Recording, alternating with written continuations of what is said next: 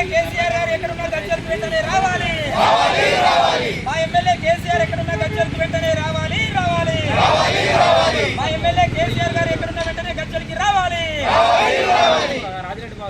అంటే నవంబర్ 28 తారీఖు నాడు ఎలక్షన్ల సమయంలో గజ్జల్ నియోజకవర్గానికి ఎన్నికల ప్రచారానికి వచ్చి ఒక బహిరంగ సభ పెట్టి బహిరంగ సభలో మాట్లాడిపోయినప్పటి నుండి ఇంతవరకు కూడా ఈ రోజు వరకు కూడా మళ్ళీ మా గజ్జలకు కల్పించినటువంటి పరిస్థితి లేదు. మరి కేసీఆర్ గారు ఎక్కడున్నారో ఎలా ఉన్నారో మాకైతే తెలియనటువంటి పరిస్థితి.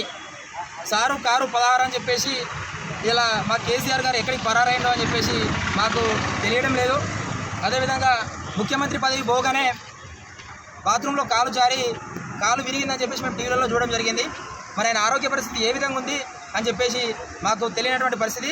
కావున కేసీఆర్ గారు ఎక్కడున్నారో తెలవాలని చెప్పేసి ఆయన ఎక్కడున్న గజ్జలకి రావాలని చెప్పేసి ఈరోజు మేము గజ్జల్లో భారతీయ జనతా పార్టీ గజ్జల్ పక్షాన ఈరోజు గజ్జల్లో ఇలా గోడలపైన పత్రికలు వేసి కరపత్రాలు కొట్టించి ఇలా గజ్జల్ పట్టణంలో పంచడం జరిగింది.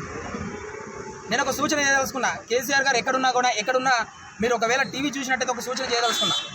ఇలా కేసీఆర్ గారు గజ్జలను అభివృద్ధి చేసినా అని చెప్పేసి ఇలా 4 భవనాలు కట్టినా 4 రోడ్లు నిర్మాణం చేసినా గజ్జలు మొత్తం అభివృద్ధి జరిగింది అని చెప్పేసి మాట్లాడుతూ ఉన్నాడు. నేను అడుగుతా ఉన్నా కేసీఆర్ గారు, మీరు కట్టించినటువంటి ఏదైతే గజ్జల్లో ఉన్నటువంటి 100 పడకల ఆసుపత్రి ఏదైతే ఉందో అక్కడ కేవలం ఆసుపత్రి మాత్రమే కనిపిస్తుంది.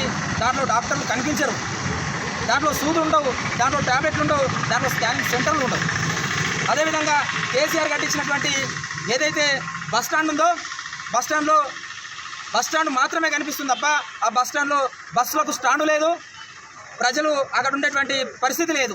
అది కేవలం గజ్జల్లో ఉన్నటువంటి మందు బాబులకు ప్యాకెట్ రాయులకు మాత్రమే అది పనికొస్తూ ఉంది.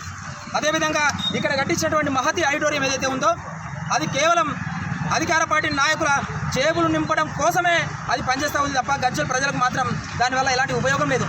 అదేవిధంగా కేసీఆర్ కట్టించినటువంటి ఎడ్యుకేషన్ హబ్ ఏదైతే ఉందో ఎడ్యుకేషన్ హబ్లో ఎడ్యుకేషన్ లేదు, కేవలం హబ్ మాత్రమే కనిపిస్తూ ఉంది. ఇలా ఆ ఎడ్యుకేషన్ హబ్లో త్రాగడానికి నీళ్లు లేవు, పురుగుల అన్నం. ఇలా ఆ కాలేజీలలో ఎడ్యుకేషన్ హబ్లో సరైన టీచర్ కూడా లేరని చెప్పేసి మేము చెప్తా ఉన్నాం. అంటే కేసీఆర్ గారు మీరు కట్టించినటువంటి ఈ భవనాలు కేవలం చూపించడానికి మాత్రమేనా? మరి వాటిలో సక్రమంగా పని జరుగుతూ ఉందా లేదా, అవి గజ్జల ప్రజలకు ఎంతవరకు ఉపయోగపడుతుందని చెప్పేసి మీకు కనీస అవగాహన లేదు, కనీస చిత్తశుద్ధి లేదని చెప్పి నేను గుర్తు ఉన్నా. ముఖ్యంగా చెప్పాలంటే గజ్జల్లో మల్లన్న సాగర్ బాధితులు ఎవరైతే ఉన్నారో గజ్జల్లో ఉన్నటువంటి మల్లన్న సాగర్ బాధితులను గుండెల్లో పెట్టి చూసుకుంటా అని చెప్పేసి వాళ్ళకి హామీ ఇచ్చి ఇలా వాళ్ళ గుండెలు పగిలేలాగా రోధిస్తూ ఉన్నారు.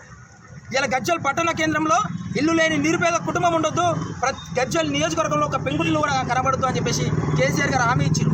ఇలా నేను అడుగుతా ఉన్నా, కేసీఆర్ గారు గజ్జల్లో ఎంతమందికి మీరు డబుల్ బెడ్రూమ్ ఇల్లు కట్టించారు? మీరు కట్టించినటువంటి గజ్జల్ పట్టణ కేంద్రంలో 5,000 ఓన్లీ గజ్జల్ పట్టణ కేంద్రంలోనే 5,000 మంది దరఖాస్తు పెట్టుకుంటే మీరు ఇచ్చినటువంటి ఇండ్లు 1,100 మంది. వారికి టోకెన్లు ఇచ్చి కూడా ఇప్పటికి 2 సంవత్సరాలు అవుతుంది. ఇంతవరకు వాళ్ళకు ఇల్లు ఇచ్చినటువంటి దాఖలా లేవు. ఇలా మీ అభివృద్ధి గజ్జల్లో పరిస్థితి చూస్తూ ఉంటే కేసీఆర్ గారి అభివృద్ధి ఎందుకంటే ఒక కోట శ్రీనివాసరావు అని ఒక సినిమాలో కోడిని చూపించి ఉత్తనం తింటాడు. ఇలా కేసీఆర్ పరిస్థితి కూడా అట్లే ఉంది. కట్టించినటువంటి భవనాలు, కట్టించినటువంటి డబుల్ బెడ్రూమ్ ఇల్లు అవి చూసుకుంటే మురుసులే తప్ప వాటి వల్ల ఎలాంటి ఉపయోగం లేదని చెప్పేసి నేను గుర్తు చేస్తా ఉన్నా. ఖచ్చితంగా కేసీఆర్ గారు ఇవాళ ఏదైతే ముఖ్యంగా గజ్జల్ పట్టణ కేంద్రంలో డబుల్ బెడ్రూమ్ ఇళ్ళకు సంబంధించినటువంటి బాధ్యులు ఎవరైతే ఉన్నారో ముందుగా వారికి